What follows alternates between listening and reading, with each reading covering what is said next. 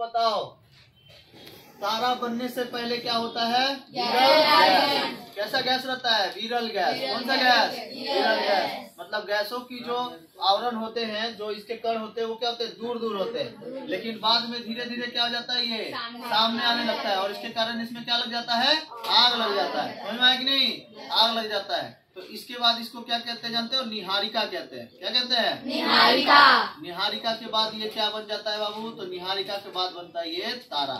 निहारिका के बाद क्या बनता है? तारा। लेकिन तारों का भी एक फ्यूल होता है। क्या होता है? फ्यूल, यानी कि ईंधन। ईंधन होता है। वो ईंधन किसमें होता है? देखो, वो ईंधन होता है तुम्हारा हीलियम, हाइड्रोजन से हीलियम में बदल जाता है। किसमें बदल जाता है? हाइड्रोजन से हीलियम। हाइड्रोजन जो होता है वो 71% होता है। ये एक प्रकार की गैस है। क्या है? गैस है। और हीलियम कितना परसेंट? 28% लगभग होता है। कितना परसेंट होता है? 28%। तो तारों के अंदर, तारा हम किसको कहेंगे? जिसमें अपना क्या हो? प्रकाश को क्या कहते हैं इंग्लिश में? लाइट। ओके। जिसके अंदर अपना लाइट हो और जिसके अंदर अपना हीट हो, उसको क्या कहते हैं? तारा। कोई दिक्कत है? तो हम लोग जो आकाश में देखते हैं वो सब क्या है? तारा। सब क्या है? तारा। लेकिन सूरज हमसे सबसे करीबी तारा है, इसलिए उसका नाम हम लोग क्या कर दिए हैं? अलग अलग। समझ में आया कि नहीं आया? तारा। समझ में आया कि नहीं? तो अगर हम लोग थोड़ा दूर दूर, आकाश में तो बहुत सारे तारे हैं, लगभग 100 अरब तारे हैं। कितने अरब तारे? 100। कोई गिन पाया है? नहीं गिन पाया। 100 अनगिनत तारे। और वो अनगिनत तारों में पूरा तारा जो है वो सब में प्रकाश है अपना।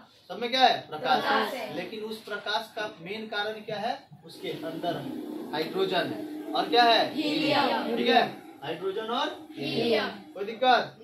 हाइड्रोजन और हीलियम होने के कारण इसके अंदर फ्यूल होता है। क्या होता है? फ्यूल। अब ये फ्यूल क्या हो जाता है? हाइड्रोजन से हीलियम में बदल जाता है। हाइड्रोजन से हीलियम में बदल जाता है। तो इसको क्या कहते हैं? संलयन कहते हैं। क्या कहते हैं? संलयन। मतलब इसके अंदर क्या हो जाता है? संलयन की क्रिया होती है। कोई दिक्कत है? और इसका कौन सा स्टेज होता है? तो पदार्थ का चौथा स्टेज प्लाज्मा होता है। क्या होता है? प्लाज्मा। पीच देखे हैं रोड बनाने वाला पीच, तो उसी अवस्था में कौन है? सूरज है। ना ही हड्डी के तरह सॉलिड है और ना ही पानी के तरह लिक्विड है। समझ में आया? तो ये कैसा अवस्था में है? प्लाज्मा अवस्था में। बकरा का खून देखे हो? बकरा का खून जो देखोगे उसमें से जो निकाला जाएगा तो वो क्या हो जाता है? प्लाज्मा। कोई दिक्कत है? प्लाज्मा। तो प्लाज्मा अवस्था समझ में आया? प्लाज्मा अवस्था में कौन है? सूरज है। यानी तारे सब किसमें है? प्लाज्मा अवस्था। कौन सी अवस्था? प्लाज्मा अवस्था। कोई दिक्कत है? हाइड्रोजन से हीलियम में को क्या कहते हैं? संलयन। तारा बनने से पहले क्या रहता है? निहारिका। निहारिका बनने से विरल गैस। क्या रहता है? विरल गैस। कोई दिक्कत है? ऐसे ही तारों की क्या होती है? उत्पत्ति होती है। तारा की उत्पत्ति होती है। और इसी तारा से डबल स्टार थ्योरी जब निकाला गया तो इसी तारा से बोला गया कि जितने भी ग्रह हैं, क्या है? जितने भी ग्रहों की संख्या कितनी है बताओ तो? ग्रहों की संख्या 8 है। सबसे नजदीकी ग्रह बुध। सबसे नजदीकी ग्रह बुध। समझ में आया? इसको इंग्लिश में क्या कहते हैं? मर्क्यूरी। क्या कहते हैं? मर्क्यूरी। उसके बाद वेनस। ये सब क्या है? रोम के देवता के नाम के ऊपर पड़ा है। ये क्या है? वेनस। समझ में आया? और ये मर्क्यूरी है। और तीसरे नंबर पर अपना क्या आता है? प्यारा देश भारत आता है। अपना प्यारा देश भारत आता है कि नहीं? अरे पृथ्वी पर ही ना भारत है, तो अपना प्यारा देश भारत आता है। समझ में आया? तो पृथ्वी उसके बाद क्या आता है? तीसरे नंबर पर। कोई दिक्कत? पृथ्वी तीसरे नंबर पर। उसके बाद क्या आता है? मंगल। मंगल लाल कलर का दिखाई देता है, इसीलिए हम मंगल को कैसा बना देते हैं? लाल। ये मंगल है। ठीक है? मंगल कैसा कलर का दिखाई देता है? लाल। क्यों लाल कलर का दिखाई देता है? क्योंकि इसमें आयरन ऑक्साइड की मात्रा बहुत ही ज्यादा है। यहाँ की मिट्टी लाल लाल। ठीक है?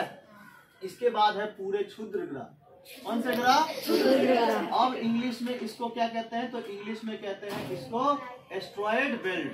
क्या कहते हैं? जानते हो? सूरज जैसा जैसा इसके अंदर पूरा कचरा घूम रहा है। ये सूरज जैसा बड़ा बड़ा इसके अंदर ये कचरा घूम रहा है। ये कोई तारा नहीं है, ये बड़े बड़े उल्का पिंड है। कैसे पिंड? उल्का पिंड। इसी में से एगो उल्का पिंड आके पृथ्वी पर गिरा था, अब पृथ्वी को मार के टेढ़ा कर दिया, है ना यार? इतना जोर से गिरा, उसका नाम था इजिप्टा। इजिप्टा। ये इजिप्टा नामक उल्का पिंड गिरा, जैसे ही गिरा पूरे डायनासोर क्या हो गए? डायनासोर खत्म हो गए। आज खत्म हो गए तो ठीक है ना, है नहीं तो क्या पता इधर आके देखता ऊपर की कौन पढ़ा रहा है रे, जाके मारे है नहीं, कौन पढ़ा रहा है दिखाई देता कि नहीं, आके खा लेता बेटा उठा के, दीपक सर पढ़ा रहे, रुक जा बताते हैं, समझ में आया कि नहीं? ऐसा भी हो सकता था। तो सारे उल्का, सारे क्या किसके कारण? डायनासोर खत्म हो गए। किसके कारण? इजिप्टा नामक उल्का पिंड गिरने से। बहुत बड़ा उल्का पिंड था, बहुत बड़ा, समझ में आया कि नहीं? अब इसके बाद पूरे सौर मंडल को क्या, पूरे सौर मंडल का सबसे बड़ा ग्रह बृहस्पति, इसी को जुपिटर कहते हैं, समझ में आया? सबसे सौर मंडल का सबसे बड़ा ग्रह कौन सा ग्रह? इसके बाद आता है सैटर्न। कौन आता है? सैटर्न। सैटर्न को हम लोग शनि कहते हैं। क्या कहते हैं? शनि। शनि भगवान शनि कहते हैं, ठीक है? शनि को दिखाओ, शनि को, हाँ ये रहा शनि, ठीक है? समझ आया? तो सैटर्न भगवान कहते हैं इसको। उसके बाद क्या कहते हैं बाबू? इसके बाद आता है यूरेनस। कौन आता है? यूरेनस, हिंदी में अरुण। उसके बाद आता है वरुण। कौन आता है? वरुण। ये सारे ग्रह जो हैं ये एस्ट्रॉयड बेल्ट के उधर है, इसीलिए इसको बाह्य ग्रह कहते हैं। कौन सा ग्रह? बाह्य ग्रह। बाह्य ग्रह मतलब बाहरी के ग्रह, और अंदर वाले जो ग्रह हैं उसको इंटरनल यानी आंतरिक ग्रह कहते हैं। तो टोटल ग्रहों की संख्या कितनी हो गई? 8। समझ में आया? टोटल ग्रहों की संख्या कितनी? 8। टोटल ग्रहों की संख्या 8। तो दिक्कत है? टोटल ग्रहों की संख्या 8, लेकिन एक तो और ग्रह था जिसको 2006 में ग्रहों की संख्या से क्या कर दिया गया? बाहर निकाला, ग्रहों की संख्या से, जिसका नाम था प्लूटो। क्या नाम था? प्लूटो। प्लूटो को ग्रहों की संख्या से बाहर निकाल दिया गया और उसको बौना ग्रह बोल के बाहर निकाल दिया, क्योंकि वो जितना दिन में सूरज का चक्कर लगाना चाहिए था उतना दिन में नहीं लगा रहा, ठीक है? और लगा रहा था मतलब कि ऐसा नहीं है कि लगाएगा नहीं, बैठ गया ऐसे चुपचाप से, ऐसा नहीं है।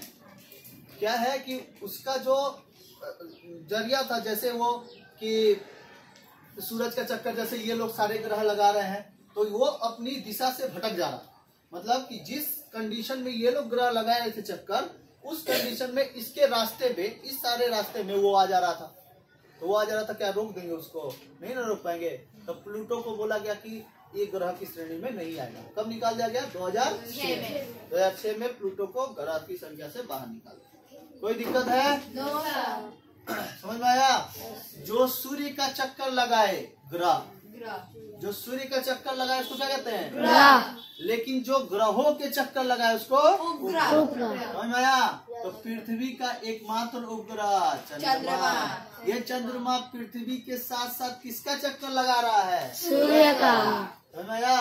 पृथ्वियों का चक्कर लगा रहा है। पृथ्वी को तो चक्कर लगाते समय और कहीं छोड़ेगा नहीं, छोड़ेगा पृथ्वी को? नहीं छोड़ पाएगा। तो ये अब इसके साथ इसका भी चक्कर लगा रहा है और साथ साथ किसका? सूरज का। कोई दिक्कत है? लेकिन ये मरक्यूरी के एक भी ग्रह नहीं है, उपग्रह नहीं है। वेनस का भी एक भी उपग्रह नहीं है। कैसे नहीं है? तो इसका भी उपग्रह था, लेकिन खींच लिया कौन? सूरज। इसके सबसे सामने था, खींच लिया सूरज इसका उपग्रह, आओ उनको खींच लिया, लेकिन इसको नहीं खींच पाया, इसको मरक्यूरी को, क्योंकि वो उपग्रहों से थोड़ा सा बड़ा था। तो इसके पास भी तो ग्रेविटेशनल पावर है। ग्रेविटेशनल पावर मतलब समझ रहे हो? गुरुत्वाकर्षण बल। गुरुत्वाकर्षण बल का सबसे पहले किसने परिमाण दिया था? न्यूटन। Sir Isaac Newton. समझ में आया? और ये कौन है? वेनस है। वेनस का भी उपग्रह था, इसका भी उपग्रह खींच लिया। ये दानव है। कौन है ये? पूरा खींच लिया। उसके बाद कौन था? अर्थ। तो अर्थ थोड़ा दूरी पर है। कितनी दूरी पर है? सूरज से इसकी दूरी लगभग 15 करोड़ किलोमीटर दूर है। कितना करोड़ मीटर दूर? 15 करोड़। 15 करोड़ किलोमीटर दूर, लाख नहीं है, 15 करोड़ किलोमीटर दूर है। और इसका जो रोशनी है, मतलब कि इसका ताप पृथ्वी पर आने पर, सोचो इतना दूर है, इतना दूर है कि इसकी रोशनी, मतलब इसका ताप, सूरज का ताप पृथ्वी पर आने में 8 मिनट 16 सेकेंड लेता है। कितना मिनट? 8 minute 16 second. लगभग इतना समय ले लेता है, 8 मिनट 16 सेकेंड ले लेता है। तब पर भी सोचो कितना दूर है तब, समझ में आया? 15 करोड़ किलोमीटर की इसकी दूरी है, किसके? पृथ्वी से लेकर सूरज तक। समझ में आया? कोई दिक्कत? No sir. इसके बाद कौन आता है? मंगल। मंगल का 2 ठो उपग्रह है। मंगल का कौ ठो उपग्रह? 2 ठो। कौन कौन है भाई? 2 ठो उपग्रहों के नाम है इसके। 2 गो उपग्रह है। एक ठो है डिमोस और एक है फोबोस। डिमोस और फोबोस। डिमोस और फोबोस। इसको पढ़ा दो बस बंद कर। डिमोस और फोबोस। कोई दिक्कत है? डिमोस और फोबोस 2 गो उपग्रह है। पूरे सौर मंडल का सबसे छोटा उपग्रह डिमोस। पूरे सौर मंडल का सबसे छोटा उपग्रह डिमोस। ओके, पूरे सौर मंडल का सबसे छोटा उपग्रह डिमोस। पूरे सौर मंडल का सबसे बड़ा उपग्रह जुपिटर का गैनीमेड। कौन सा? गैनीमेड। समझ में आया?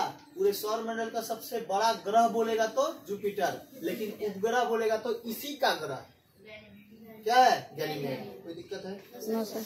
गैनीमेड। ओके, उपग्रहों के नाम गैनीमेड। तो इसका नाम याद रहेगा। इसके उपग्रह का नाम है मून। अर्थ के उपग्रह का नाम मून। मंगल के उपग्रह का नाम डिमोस और फोबोस। डिमोस और फोबोस। सौर मंडल का सबसे छोटा उपग्रह डिमोस। सौर मंडल का सबसे छोटा उपग्रह डिमोस। सौर मंडल का सबसे बड़ा उपग्रह गैनीमेड। गैनीमेड। क्या नाम है? गैनीमेड। आप लोग टाइटन घड़ी का नाम सुने हैं? शनि का उपग्रह है। कौन सा है? शनि का उपग्रह। शनि को सबसे छोटा, मतलब शनि को सबसे सुंदर ग्रह कहा जाता है। क्यों कहा जाता है? क्योंकि इसके चारों ओर ना वलय है। वलय मतलब रिंग है, मतलब धुओं का रिंग है। इसको देखने में बहुत ही सुंदर लगता है। ठीक है। और इसका सबसे अच्छा अगर कोई मतलब टाइटन सबसे सुंदर नाम है कि नहीं? तो शनि लेटा हुआ ग्रह है। कैसा है? लेटा हुआ। और सबसे हल्का ग्रह भी कौन है? यही है। ये पूरा हल्का ग्रह। इसको पानी में ऐसे तैरा दोगे तैर जाएगा। है कि नहीं यार? ये कैसे? हाँ, पकड़ के? अरे भाई पकड़ के नहीं ले जाएगा, मतलब कि बहुत सारा हल्का ग्रह है। ये बोला गया है, पकड़ के थोड़ी कोई लेकर आ पाएगा। ऐसा थोड़ी है, पकड़ाएगा नहीं। उसके बाद कौन है? यूरेनस। उसके बाद कौन है? यूरेनस। और ये कौन है? नेपच्यून। समझ में आया? समझ में आया? तो देखो, सन से चालू हुआ, 3 गो ग्रह सन पे खत्म हो गया। सन से चालू हुआ, 3 गो ग्रह सन से खत्म हो गया। तो ग्रहों के श्रेणी याद रहेंगे। देखो यहाँ एस से सैटर्न, यूरेनस और नेपच्यून। सन से चालू हुआ SUN सन, और देखो यहाँ सन पे खत्म। ठीक है। तो लास्ट में हमेशा याद रखेंगे, ये लास्ट का याद नहीं रहता है। नेपच्यून होगा कि यूरेनस होगा, नेपच्यून होगा कि यूरेनस होगा कि प्लूटो होगा। तो प्लूटो को तो 2006 में बाहर निकाल दिया गया, मतलब ग्रहों की श्रेणी से बाहर निकाल दिया गया। और ये यूरेनस और नेपच्यून, यूरेनस नेपच्यून को रखा गया। यूरेनस नेपच्यून जो है ये एस से, मतलब कि S, U और N, लास्ट में यही 3 गो याद कर लेंगे। सन से चालू, सन से खत्म। समझ में आया? अब क्या होगा कि इस सौर मंडल के सारे ग्रह ठीक चक्कर लगाते हैं, लेकिन 2 नंबरिया काम करता है। कौन? 2 नंबर वाला। 2 नंबर वाला हमेशा 2 नंबरिया काम करता है। ये सारे ग्रह पश्चिम से पूरब घूमते हैं। सारे ग्रह कैसे? पश्चिम से पूरब। लेकिन 2 नंबरी काम क्या करेगा? 2 नंबरी काम करेगा पूरब से पश्चिम। समझ में आया? तो हमेशा 2 नंबर ग्रह हमेशा कैसे करता है? 2 नंबर ही काम करता है। देखो तो इधर से 2 नंबर ये वाला है ना, शुक्र। 2 नंबर कौन है? शुक्र। और इधर से 2 नंबर देखो तो ये है शुक्र, ये यूरेनस है कि नहीं? इधर से 2 नंबर यही ना होगा, और इधर से 2 नंबर शुक्र। मतलब कि सूर्य से अगर दूसरा नंबर गिने तो शुक्र आता है, अब पीछे से दूसरा नंबर गिने तो यूरेनस आता है। ये दोनों 2 नंबर ही काम करता है। पूरब से पश्चिम घूमता है ये, नहीं?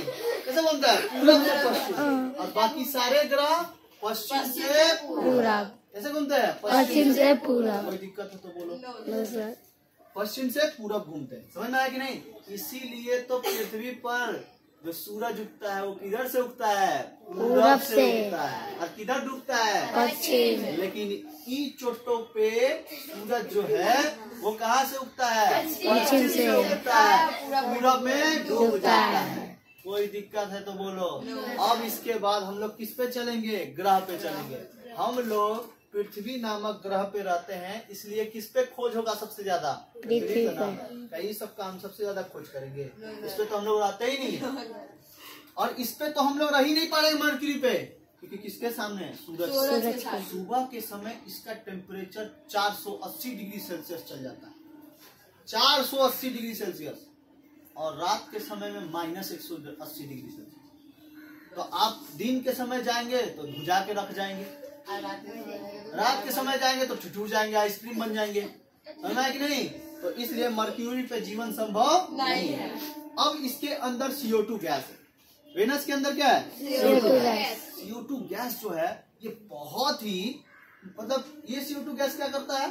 सूरज के किरणों को तो ले लेता है, लेकिन वापस नहीं भेजता है। बोलता है आओ मेरे ही पास रह जाएगा, उधर नहीं जा पाएगा, बाहर नहीं जा पाएगा, समझ में कि नहीं? बस ये सूरज जो है सूरज की रोशनी को लेके आता है, लेकिन CO2 गैस इसके अंदर इतना ज्यादा भरा है कि टकरा के फिर वापस नहीं जा पाता, उधर रख देता है, जिसके कारण इसका भी टेम्परेचर लगभग 450 डिग्री सेल्सियस हो जाता है ना। और रातों को वैसे ही रहता है, क्योंकि सूरज का गर्मी तो निकल नहीं पाता है, निकल नहीं पाएगा। अगर मान लो कि इसको तुमको इसी में घेर दे और घेर के इसमें हीटर चला दे, कहीं से भी निकलने ना दे, तो यहाँ गर्मा नहीं जाएगा तुम लोग? हाँ, गर्मा जाएगी नहीं? तो सेम कंडीशन ये भी है। तो इस पे भी जीवन संभव है। इसमें एसिड रेन होता है। कैसा rain? Acid rain. Acid rain में रह पाएंगे? इसीलिए पृथ्वी को क्या माना गया है? सबसे अच्छा। मंगल पर ऐसा माना गया है कि अगर पृथ्वी से जीवन खत्म होगा तो कभी बाद में रिसर्च करके हम लोग मंगल पे क्या कर सकते हैं? जा सकते हैं। मंगल पे जीवन का संभावना मिली है, लेकिन एक 0.01% ऐसा मिला है, बहुत ही कम मिला, ठीक है, बहुत ही कम। उसके बाद कहाँ मिल सकता है? टाइटन में मिल सकता है। टाइटन पे जीवन की संभावना मिली है, लेकिन इसमें हम लोग नहीं जा सकते, अभी तो नहीं जा सकते, ठीक है। मंगल पे आयरन ऑक्साइड है। तुम एक बार यहाँ पर ऐसे कूदोगे ना, यहाँ पे ग्रेविटेशनल पावर है नहीं है? ग्रेविटेशनल पावर मतलब गुरुत्वाकर्षण शक्ति है नहीं है? तुम एक बार यहाँ से कूदोगे तो दूसरे देश में जाके गिरोगे, क्या पता है ना। ऐसे वो एक बार उठोगे ना तो उठा के लेके जाएगा उधर, और जब दाल पीने जाओगे ऐसे फेर दोगे, उधर पे जाके खा के खाओगे, है ना कि नहीं? हवा में जाके ऐसे तैर के खाओगे, क्योंकि यहाँ पे ग्रेविटेशन नहीं है। पृथ्वी पर एकमात्र ग्रेविटेशन है। अब पृथ्वी पर बहुत ज्यादा क्या है? वायुमंडल के घेरे। क्या है वायुमंडल? मतलब हवा है, और हवा के साथ साथ इधर पे ऑक्सीजन, कार्बन डाइऑक्साइड, नाइट्रोजन, सारी गैसेस है, ठीक है। और सबसे ज्यादा मात्रा में कौन है? नाइट्रोजन लगभग 78% है, ऑक्सीजन 21%। समझ में आया कि नहीं आया? तो इसके अंदर वायुमंडल का एक घेरा है, वायुमंडल, और वायुमंडल के कारण इसके ऊपर से जो एस्ट्रॉइड आते हैं, मतलब कि जो कॉमेट्स आते हैं, कॉमेट्स मतलब उल्का पिंड, ये उल्का पिंड इसके ऊपर गिरने नहीं देता, ऊपरे जला के भेज देता है। वायुमंडल इसका बहुत चालाक है, समझ में आया? वायुमंडल बहुत चालाक है। वायुमंडल बोलता है कि तुम यहाँ पे नीचे इतना सुंदर लड़का लोग पढ़ रहा है, तुम उसको मारेगा? बताते हैं उनको, समझ में कि नहीं? तो ये ऊपर से जला के ही भेज देता है, समझ में आया? दीपक सर अभी क्लास ले रहे हैं, कोई अभी नहीं जाएगा नीचे। तो यहाँ से एस्ट्रॉइड लेकिन बहुत खचड़ा है, मंगल बहुत खचड़ा है। ये जितना भी एस्ट्रॉइड है यहाँ का, देखो जुपिटर भी क्या करता है कि जितने एस्ट्रॉइड है ना, इधर के जितने भी एस्ट्रॉइड है, इस एस्ट्रॉइड को तो पकड़ के रखता है, लेकिन इसका भी तो कोई ना कोई रेंज होगा, किसी रेंज तक पकड़ के रखेगा। बाकी इधर के एस्ट्रॉइड को ही बुला लेता है, आओ तुमको खाना खिलाएंगे। जाता है उधर पे, जैसे जाता है भाग जाता है दूसरी तरफ। अब पीछे से कौन आते रहता है? पृथ्वी पीछे से आते रहती है, बस खराब से सब उसी के ऊपर गिरा देता है। लेकिन पृथ्वी पर क्या है? वायुमंडल है। ये वायुमंडल किसी को घुसने नहीं देता है, लेकिन कभी कभी घुस जाता है ना, जिससे देखकर हम लोग शूटिंग स्टार, हे भगवान उसको पास करा देना, शूटिंग स्टार बोलते हैं। बहुत जोर से जाता है, लगभग 6000 किलोमीटर पर सेकंड के हिसाब से घुसरता है, एकदम बहुत जोर से, समझ में कि नहीं? तो उसको देख के भगवान पास करा दिया, भगवान 4 किलो लड्डू चढ़ा। मेहनत करने से आप पास होंगे। कैसे पास होंगे? मेहनत करने से। मांग लेंगे कि भगवान 4 किलो लड्डू चढ़ाएंगे, मतलब आप उसको क्या दे रहे हैं? भगवान को रिश्वत दे दिए, है कि नहीं? ऐसे कभी नहीं करना। मेहनत करिए, और मेहनत के बलबूते पर क्या लेना है? रिजल्ट लेना है। समझ में आया कि नहीं आया? तो ये कंडीशन होना चाहिए, समझ में आया? तो पृथ्वी भी अपना काम करती है, पृथ्वी भी अपना चक्कर लगा रही है, सूरज का भी चक्कर लगा रही है। सूरज के चक्कर लगाने को वार्षिक गति कहते हैं, और अपने चक्कर लगाने को दैनिक गति 24 घंटे में होती है। कितने घंटे में? 24। और वार्षिक गति 365 दिन। समझ में आया? 365 दिन के कारण ऋतु परिवर्तन होता है। क्या होता है? ऋतु परिवर्तन। ऋतुओं में परिवर्तन, जैसे वर्षा काल, ग्रीष्म काल, शरद काल और शीतकाल। समझ में आया कि नहीं? उसके बाद पृथ्वी अपने ही जगह पर घूम जाएगी तो दिन और रात। 12 घंटे का दिन, 12 घंटे का रात। कोई दिक्कत है? चलो टाटा बाय।